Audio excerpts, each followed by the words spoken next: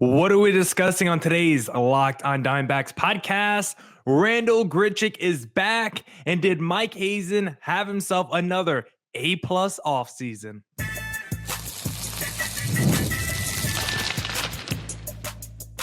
You are Locked on Diamondbacks, your daily Arizona Diamondbacks podcast, part of the Locked on Podcast Network, your team every day.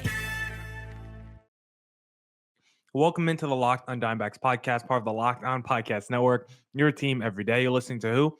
Always charismatic host of this podcast, Millard Thomas, multimedia journalist, and I'm a graphic designer. So please go check out my website, MillardThomas24.diamondportfolio.com. On there, you can see all my latest work, from my packages to my articles to my photos and my graphic design. Today's episode is brought to you by Game Time. Download the Game Time app, create an account, and use code LOCKEDONMLB for $20 off your first purchase. On today's Locked on Diamondbacks podcast, we were discussing Randal Grichuk back to the Dbacks. Did Mike Hazen have himself another perfect offseason? And free agents that could still help out the Dbacks before this offseason ends. Thank you for making Locked on Diamondbacks your first listen every day. We'll not be able to do this podcast without you, my loyal listeners, sharing, subscribing, reviewing, doing all of that so I could do this podcast for you. Thank you. It's free. It's available on all platforms, so please continue to tell your friends. One of those platforms is YouTube. Please hit subscribe to Locked on Diamondbacks on YouTube. Now let's get into the Locked on Diamondbacks podcast, and let's discuss the return of Randal Grichuk, because this was perfect news as we are getting close to spring training. Teams are starting to finalize their roster. Still a lot of good free agents out there. But this time last year, Dbacks had their whole offseason, right? I guess Jordan Montgomery was the last piece of the offseason last year. But at this point last year, we had Jock Peterson, we had Erod. We felt like the team that we had going to the season was pretty secure. And then we added Randal Grichuk, and he felt like the perfect cherry on top of the offseason, getting a second DH. It was like, okay, our lineup was already set. I already felt confident about how we were going to utilize our lineup, and now we get a second DH to pair with Jock Peterson. He was a cherry on top of last offseason. Now Randal Grichuk, once again in 2025, can be the cherry on top of this free agency, because it's insane that the Dbacks brought him back at the price tag he's at. He's making like a $2 million base salary this upcoming season, which is insane because Randal Grichuk, I think, turned down like a $6 million option to enter free agency, thinking he was going to get a little pay raise, because quite frankly, he should have. Randal Grichuk is coming off a career year. We had a really strong season for the Dbacks, and I thought someone would have wanted to maybe pay him not an exorbitant amount of money, but a 2-year, $15 million deal for Randal Grichuk. I'm surprised he wasn't able to get up to $7-8 million a year for a guy that had a 2.2 WAR win season last year, according to Baseball Reference. Only had 254 at-bats, but in those at-bats, a 291 average, 875 OPS, which is his second highest of his career since 2015, the highest WRC plus of his career, had 12 home runs in those 106 games. The best part about Randal Grichuk, he was trying to carry us into the playoffs, because with the D-backs struggling in that final month of the season, in the month of September, it was Randal Grichuk's bat that was keeping us honest in a lot of those games. If you look at his numbers in the final month of the season, in 21 games in September, he batted .404 with a 1408 OPS, 7 home runs. He was incredible down the stretch as the D-backs tried to make it to the postseason. Unfortunately, it didn't happen, but not because of Randal Grichuk.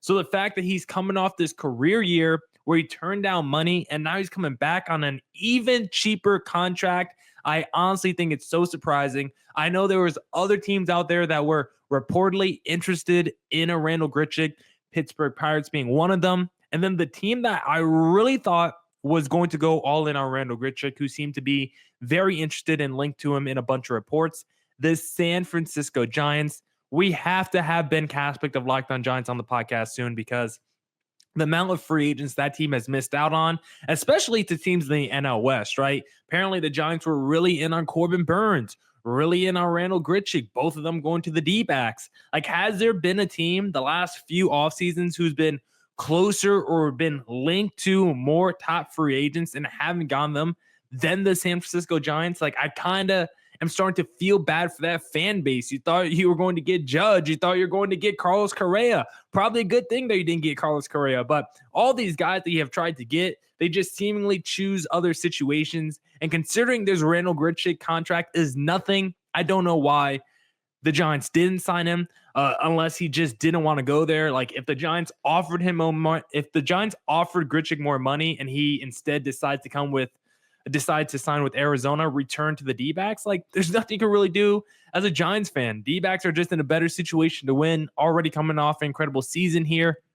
I'm glad to see Randal Grichuk back in Arizona, and I'm sorry, Giants fans, that he did not sign with you guys, because coming off the season he just had, really, really spectacular. And one of the things from his season last year that I want to think about going to 2025, because one of the things from Grichuk last year was, especially that final month of the season when he was really crushing it at the plate, it was just so hard to get him in the lineup because you had Jock Peterson as the other DH, still had guys like Adrian Del Castillo, Pavin Smith, Jake McCarthy. Like, you just had so many different guys that you could slide into that DH slot that it was hard to get Randal Grichuk into the lineup, even though he was really crushing at the plate. And entering next season, I want to know if he can get a few more opportunities and maybe even be the full-time DH for the D-backs. It really depends on Pavin Smith's bat.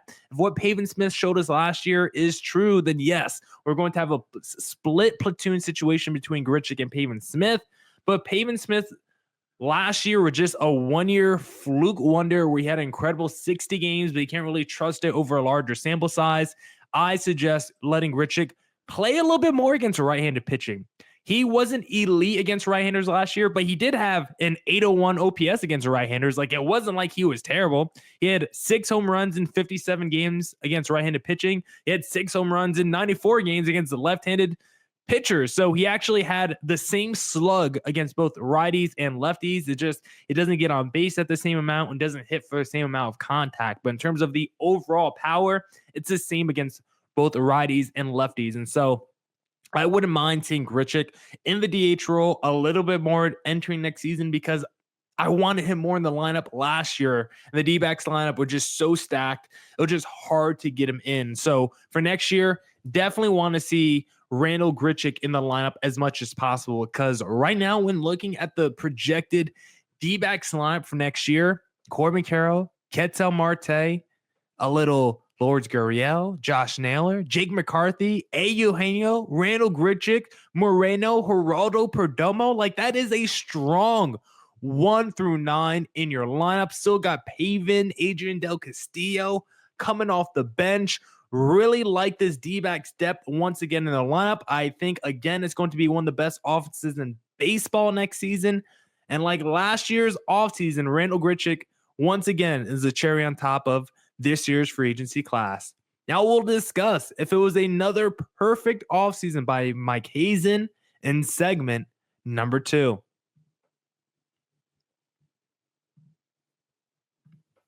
But hey, the big game is almost here, and there's no better way to make it even more exciting than with Prize Picks, the best place for daily fantasy sports. With over 10 million members and billions of winnings awarded, Prize Picks makes it fun and simple to get in on the action. Here's how it works. You pick more or less on at least 2 player projections, and if you're right, you can win up to 100. You can win up to 1,000 times, not 100, up to 1,000 times your cash. I'm sorry, I didn't realize how many zeros was in that number, because that's how much Prize Picks is helping you out. Prize Picks even has a free pick for the big game where Patrick Mahomes only needs to throw 1 yard to win. Pair that with 1 or more correct picks, and you're cashing out. Download the app today and use code LOCKEDONMLB to get $50 instantly after you play your first $5 lineup. That's LOCKEDONMLB for $50 instantly after you play your first $5 lineup.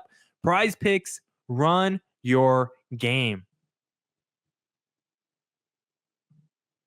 All right, back here on the Locked On Diamondbacks podcast, and let's discuss if it was another perfect offseason by Mike Hazen, because I think after 2024, we were all saying, last year, Hazen had a perfect A-plus offseason, right?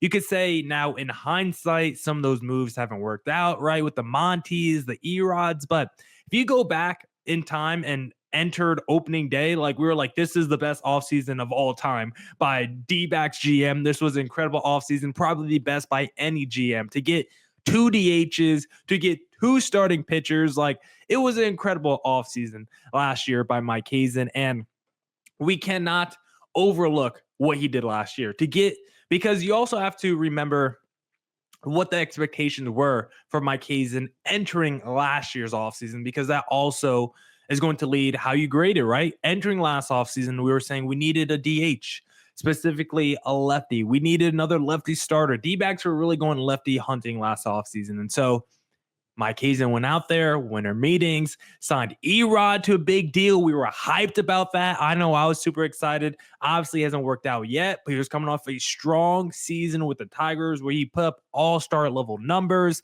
And then we also signed Jock Peterson, who has been with the Dodgers, with the Padres, right? A big NL West guy, not the Padres, the Giants, right? The Giants, not the Padres. So he's been a big NL West guy. Now it comes to the D-backs. It was like, okay, Mike Hazen's really cooking. Picked up Kevin Newman, who was an underrated stud for the D-backs this past offseason. Really, really strong off the bench. And then you also double down with the Jock Peterson, double down with Jordan Montgomery right before the start of the season. Like, it was an incredible offseason by Mike Hazen. I think the fact that you had all your holes plugged up with the Erods and the Jocks, and then you also had these out of nowhere unexpected moves where you added the Randal Grichuk, where you added the Jordan Montgomery right before the start of the season. It's the fact that you plugged up through your holes and added unexpected talent that that fans couldn't prepare for, right? Nobody was prepared to see Randal Grichuk in a D-backs uniform.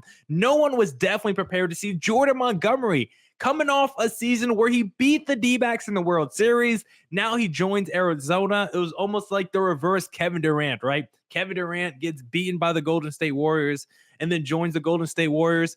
Monty beats the D-backs and then joins us because he sees what we're doing over here. He sees our culture, and so he wants to join Arizona. And so it was an incredible offseason by Mike Hazen to both plug the holes and get unexpected talent. And so when you compare 2024's offseason to 2025's, it's a lot of the same similarities and parallels because, again, did Mike Hazen plug in the holes that we had entering this offseason? We knew, or we at least expected, to lose Christian Walker, right?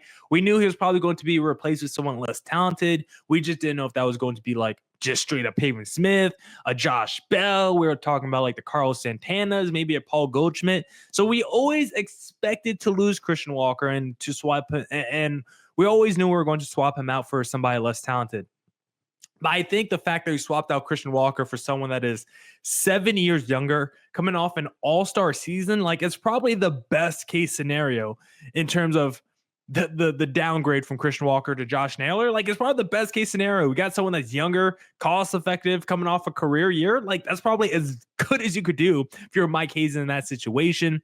We expected to lose both of our DHs. Jock Peterson did leave, but we did bring back Randal Grichuk, so that was a huge move. We knew our bench guys like Kevin Newman, Josh Bell were probably going to leave, sign somewhere else, but we have signed some intriguing players, some minor league deals, and Garrett Hampson, who I am kind of in on as a speedster. I've always been intrigued by him in Colorado, so I do want to see if he could debut with the D-backs, make it through spring training, make it through camp, and see if he can make it on the opening day roster, because he could be someone that's like a useful, helpful bench piece with that speed. Also got Gray Kessinger. So in terms of last offseason, we're starting to fill the holes. We got the Christian Walker replacement. We're getting those backup bench spots replaced, right? We decided to fill the DH with Randal Grichuk. It looks like we're going internal with Pavin Smith. So in terms of like the expectations of what our holes were entering this offseason, Mike Hazen has done a great job of filling those. And then again, he has also pulled off the unexpected, just like last year with Corbin Burnes, right? You talk to Ken Kendrick, you talk to the front office, like they have said, Entering this free agency and offseason, Corbin Burnes was not on the big board. They did not think it was possible at all. Not in their wildest dreams did they think it was possible to get Corbin Burnes. But it's kind of like reminiscent of what just happened with the Lakers and the Dallas Mavericks, right? It was Nico Harrison, the GM of the Mavericks, who went to the Lakers and said, hey, do you want, a top 3 player in basketball, top 4 player in basketball? And the Lakers said, hell yeah, we do. Corbin Burnes, a top 5 pitcher in the sport, said, hey, Dbacks, do you want to sign me? Like, I already live in Arizona. I just had twins. Like, do you just want to sign me? And then the front office said, wait, Corbin Burnes says he wants to sign with us. Can we make that work? They figured out the money, and now Corbin Burnes is in Arizona. This has been an incredible offseason by Mike Hazen. I would currently give it an A. And the best part about this offseason is it's not over yet. And it's February 5th. We're still 2 to 3 weeks away from spring training. Last year, Jordan Montgomery signed on the heels of opening day, right? Like the week of opening day. And so realistically, you could say Mike Hazen still has like over a month to go in terms of his offseason. We still want to add to the back end of the bullpen, right? We've addressed first base. We've addressed some of these bench spots. We got another starter in Corbin Burnes. I guess if Mike Hazen wants to do something that's not additive to the team, maybe addition by subtraction, maybe you trade a Jordan Montgomery, maybe you trade a Erod or another one of those back-end starters just to clear up the rotation. Maybe that's how you address your back end of the bullpen, because I think that's probably the only thing that the D-backs are looking to do right now, because we know they were linked and were reportedly targeting Kirby Yates before he went to the LA Dodgers. I wouldn't be surprised if the D-backs still want to go out there and add at least one more reliever before this free agency ends. I believe they should. Just give me one more really good back-end guy that I could trust in high leverage moments. Doesn't have to be a closer, but if he could be like a 7th inning type of guy in that Ryan Thompson kind of a mold, Kevin Ginkel mold in terms of that level of pitcher that the D-backs need. Like, we just need someone to be our 3rd or 4th best reliever. And so if the Mike Hazen and the D-backs front office can figure that out, I think it would be a perfect A+ offseason. And I actually have a couple of names to give you that the front office should consider in segment number 3. And if you're looking to buy tickets to an upcoming sport or an event, then the best place to do that, of course, is going to be Game Times, because Game Time is the best place for last minute deals on sports, concerts, comedy, theater, and more. They have this feature called all-in pricing. When you toggle this feature on, it shows you your total cost up front with no surprise fees at checkout. You could get a panoramic view from your seat before you buy. They also have the lowest price guarantee, or Game Time will credit you 110% of the difference. Take the guesswork out of buying tickets with Game Time. Download the Game Time app, create an account, and use code LOCKEDONMLB for $20 off your first purchase. Terms apply. Again, create an account and redeem code LOCKEDONMLB for $20 off. Download Game Time today. What time is it? Game time. All right. Back here on the Locked On Diamondbacks podcast, I want to discuss some relievers for you guys.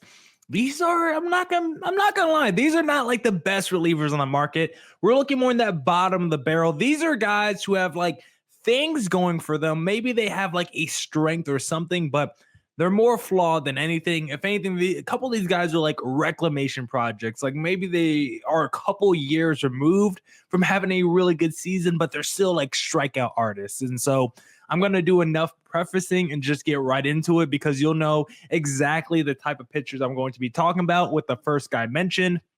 But just hear me out.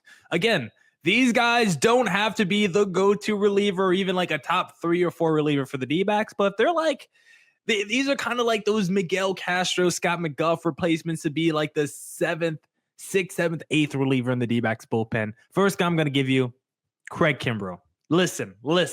36 years old, had over a 5 ERA last year, wasn't pretty. But what does he still do? Strike out people at an insane rate. 12.6 strikeouts per nine last year. Like, he is still one of the best in Major League Baseball at still just pounding the K zone and just racking up strikeouts. Is the fastball starting to diminish? Yes, down to about 94 miles per hour last year. He lost like 2 ticks off the fastball in 2024. It's probably not going to get much better going forward, but he just knows how to strike out people. His biggest issue is gives up a lot of walks. 5.3 walks per nine last year, and a decent amount of home runs as well. Leads to a high whip. He's a guy that gives up walks, home runs, and strikes out people. What do we call that? A 3-2 outcome guy. And that's what he is. He's either going to have a strikeout, a walk allowed, or a home run allowed. Just got to hope it's less walks and home runs and more strikeouts. Do I love Craig Kimbrell? No. But could he be a guy that you bring in a couple men on bases, 1 or 2 outs, and you're just trying to get yourself out of a jam in like the 5th or 6th inning? Maybe you bring in Kimbrell. If it's a big strikeout situation, maybe he could still do that. I'm not saying I have a lot of trust in Kimbrell. Is he a potential Hall of Fame closer one day? Yes, because he was that good in Atlanta, had a couple incredible seasons with Boston where he won a World Series. But the last few years, very, very up and down. The strikeouts are there, but everything else, I don't feel that great about Craig Kimbrell. So if he's like the last or second to last guy in the D-backs bullpen, I would be intrigued. I like him more for the strikeout numbers, but I don't want him as a high leverage reliever. But I just want to throw his name out there to see what your guys' reaction would be. Next guy is someone that we've seen pretty recently in a D-backs uniform. He's coming off a good season with the Tigers, was not good with the Texas Rangers last year, but still 11.2 strikeouts per nine, kind of has the same issues as Craig Kimbrell with the walks though. The Sheriff, Andrew Chafin, 3.51 ERA last year. Like I said, double-digit strikeouts per nine, bad whip, bad walk rate, but he's still someone that is effective at the back end of the bullpen when he needs to be. The issue is overall consistency when it comes to these guys, because they can have games and stretches where you could put them in multiple outings and big strikeout situations, big jams, and those guys can come through for you. And there's also other times where you're putting them what you think is a low leverage situation. Maybe you're up a couple runs with nobody's on, and then all of a sudden they walk 2 batters and then they give up a home run, and now the game has flipped on its head because of those relievers. And so there's a lot of flaws and a lot of risk when it comes to these relievers I'm naming. Andrew Chafin, 34 years old. I'm also not naming guys who are super young, not guys who are super fresh. All these guys got some wear and tear, some mileage on their arms. But as you see with a lot of these guys, they can still strike out opposing batters. Craig Kimbrell can do it. Andrew Chafin can do it. The issue is how many walks, how many home runs do those guys allow? Chafin doesn't give up too many home runs. More of the walks is his issue. And overall hits is probably his issue as well. But the Sheriff, could he return to Arizona? I like him more than a Craig Kimbrell. He's more likely to be a 6th, 7th guy. Kimbrell's definitely more likely to be a 7th, 8th guy. But Andrew Chafin, I wouldn't turn my nose up at him if the D-backs brought him back.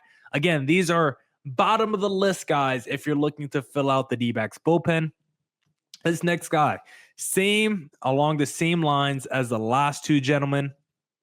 I'm talking about Scott Barlow. Again, 4.25 ERA last year, 4.37 ERA in 2023. So the last 2 seasons, ERA north of 4. But again, what does he have going for him? 11.1 strikeouts per nine last year, double-digit strikeouts per nine the year prior. The whip is pretty bad the last 2 years. He's given up a ton of hits the last 2 years. And of course, that walk rate, horrendous. But if you're looking for guys that know how to strike out people, Scott Barlow is another one in that mold. He was really good prior to 2023 when he was with the Kansas City Royals. 2.18 ERA in 22, 2.42 ERA in 2021. He has not been as effective since, but he can still strike out people. So like all these guys, it's like if you could just turn back the clock 3 years, yes, you're getting super effective relievers. The issue is with a lot of these guys, they've just lost some of the velocity on their fastballs and their secondary pitches don't have the same spin rate. So in terms of like the K stuff, it's still there, but in terms of like the overall effectiveness and why you're seeing their ERAs start to skyrocket is because it's a little bit less deceptive. Despite getting the strikeouts, hitters are still more prone to, especially when it's not thrown as hard, hitters are now more likely to lock in on it. I think that's what we're seeing with the Kimbrels, the Barlows, and the Chafins. And so for Barlow, another guy would be intrigued by because of his strikeout numbers. But again, we want to fill out the bullpen. We do not want to make these guys, we don't want to steal Justin Martinez's power or juice or anything like that. We are here to support J Mart and AJ Puck. And then the final guy I want to discuss, he's been better more recently, but still coming off a down year.